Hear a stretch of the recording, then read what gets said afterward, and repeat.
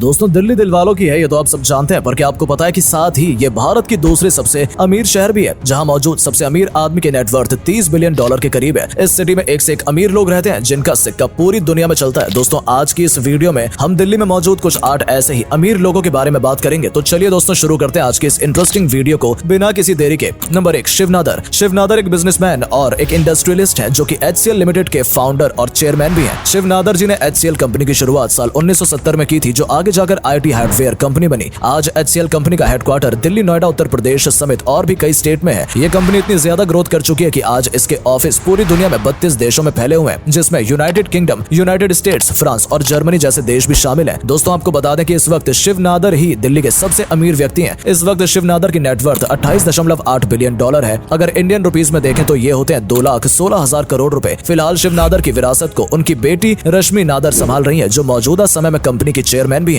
Number 2, Rajiv Singh. दोस्तों राजीव सिंह भारत के real estate के क्षेत्र में दूसरे नंबर पर है। पिछले साल इनकी एनुअल इनकम में 68% की ग्रोथ हुई है। आज इनकी टोटल नेटवर्थ 59,000 करोड़ रुपए हो चुकी है। इनका जन्म 8 मई 1959 को हुआ था। बात करें इनकी कंपनी की तो ये DLF नाम की एक कंपनी के ओनर है। DLF कंपनी की शुरुआत 4 जुलाई 1946 को दिल्ली में चौधरी राघवेंद्र सिंह द्वारा की गई थी। इस समय पर इस कंपनी के CEO मोहित गुजराल है। दोस्तों DLF एक बहुत बड़ी रियल एस्टेट कंपनी है। ये कंपनी बड़े बड़े पार्क और बड़ी बड़ी बिल्डिंग के कंस्ट्रक्शन कराती है। इस कंपनी को भारतीय अरबपति कुशल पाल सिंह तथा बुलंदशहर के एक जाट द्वारा चलाया जा रहा है और ये एक पब्लिक लिमिटेड कंपनी है। दोस्तों पहले तो ये कंपनी बस दिल्ली के आसपास तक ही सीमित थी, लेकिन धीरे धीरे ये भारत के सभी राज्यों और शहरों में पहुंच रही है। इस समय पर यह कंपनी भारत के कई राज्यों में अपना निवेश कर चुकी है, जैसे मुंबई में 700 करोड़, तमिलनाडु में 2.1 बिलियन डॉलर, वहीं ओडिशा के लिए 10 बिलियन रुपए। नंबर 3, विक्रम लाल। ईचर मोटर्स एक ऐसा नाम जिसने शायद हर किसी का वास्ता जिससे पड़ा हो। ग्रामीण इलाकों में इसके ट्रैक्टर नजर आते हैं तो शहरों में ट्रक, दमदार मोटरसाइकिल के शौकीनों के पास इसकी रॉयल एनफील्ड तो जरूर होगी। दोस्तों इस कंपनी को ईचर मोटर के नाम से भी जाना जाता है। इसे अक्सर आपने कई कमर्शियल वाहन जैसे ट्रक, ट्रैक्टर और बस पर देखा होगा। आज इस कंपनी के मालिक विक्रम लाल है। साथ ही ये ईचर के चीफ एग्जीक्यूटिव ऑफिसर यानी कि CEO भी रह चुके हैं। विक्रम लाल का जन्म सन 1942 में हुआ था। इनके पिता जर्मनी से जुड़े हुए व्यक्ति थे। इन्होंने इनके बिजनेस की शुरुआत जर्मनी कंपनी के साथ मिलकर हुई, इसलिए इनके पिता यानी कि मोहन लाल ने विक्रम लाल को अच्छी एजुकेशन के लिए जर्मनी भेज दिया था, जहां से इनकी डिग्री पूरी हुई। आज विक्रम ईचर के CEO के साथ साथ दून स्कूल के बोर्ड ऑफ डायरेक्टर के सदस्य भी रह चुके हैं। नंबर 4, रवि जयपुरिया। रवि जयपुरिया जिनको भारत का कोला किंग के नाम से भी जाना जाता है। दोस्तों रवि एक नहीं बल्कि दो कंपनी के मालिक हैं। पहली RJ कॉर्प लिमिटेड और दूसरी वरुण बेवरेजेस को RJ कॉर्प के अंतर्गत आती है। बता दें कि कंपनी शेयर मार्केट से लिस्टेड है। बात करें अगर इनकी नेटवर्थ की, आज इनकी टोटल नेटवर्थ 10.7 अरब डॉलर हो गई है। 68 साल के अरबपति कारोबारी की ये दोनों कंपनियां शानदार कमाई कर रही हैं। इन दोनों कंपनियों में से एक कंपनी उनके बेटे वरुण जयपुरिया के नाम पर है, जबकि दूसरी कंपनी बेटी देवयानी के नाम है। दोस्तों इनकी कंपनी की तरक्की इतनी तेज हो रही है, अब ये अजीज प्रेम जी से भी आगे निकल गए। नंबर 5, सुनील मित्तल। दोस्तों सुनील भारती मित्तल को टेलीकॉम टाइकून के तौर पर जाना जाता है। अरबपति भारतीय बिजनेसमैन सुनील मित्तल की कंपनी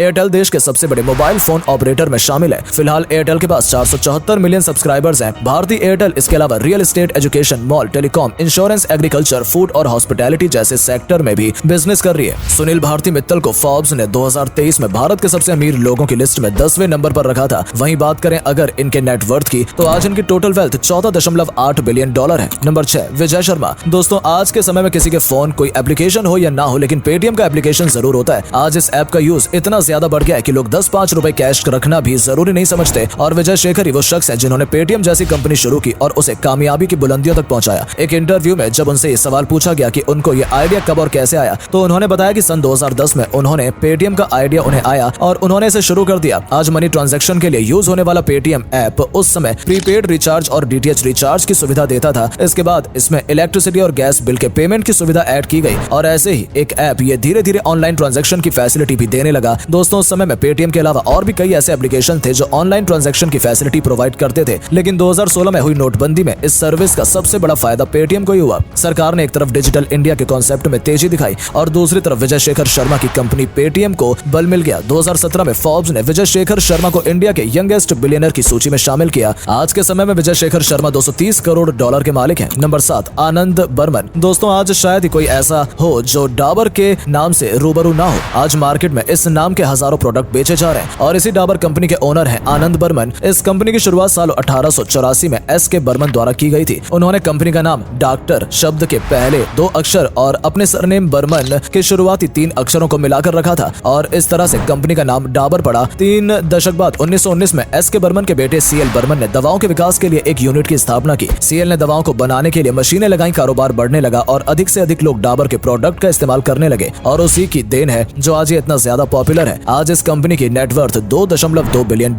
से भी ज्यादा है। नंबर 8, कुलदीप सिंह ढींगरा। कुलदीप सिंह ढींगरा और गुरबचन सिंह ढींगरा बिजनेस की दुनिया में ये दो भाई किसी पहचान के मोहताज नहीं है। ये पेंट बनाने वाली देश की सबसे बड़ी कंपनी बर्जर पेंट्स के मालिक हैं। इन भाइयों ने कड़ी मेहनत और लगन के बूते इस कंपनी को दुनिया की एक बड़ी कंपनियों की लिस्ट में खड़ा कर दिया है। आपकी जानकारी के लिए बता दूं कि ये कंपनी कभी विजय माल्या की हुआ करती थी। अब चूंकि उनका दिमाग चोरी और डकैती में लग गया था तो इस कंपनी को सही से हैंडल नहीं कर पा रहे थे। इन दोनों भाइयों ने जब ये कंपनी खरीदी थी तो उस वक्त ये काफी भारी नुकसान में थी, लेकिन फिर भी कुछ करोड़ देकर उन्होंने वो कंपनी अपने नाम कर ली। उसके बाद दोनों भाइयों ने अपनी मेहनत और लगन से उस मरी हुई कंपनी में जान फूंक दी। अब ये बोलने तो मुझे कुछ सेकंड भी नहीं लगे, लेकिन दोस्तों ये करना उतना भी आसान नहीं था जितना कि सुनने में लगता है। उन्हीं की मेहनत से आज ये भारत की दूसरी सबसे बड़ी पेंट बनाने वाली कंपनी बन चुकी है। दोस्तों भाइयों की कंपनी में हिस्सेदारी 29,700 है।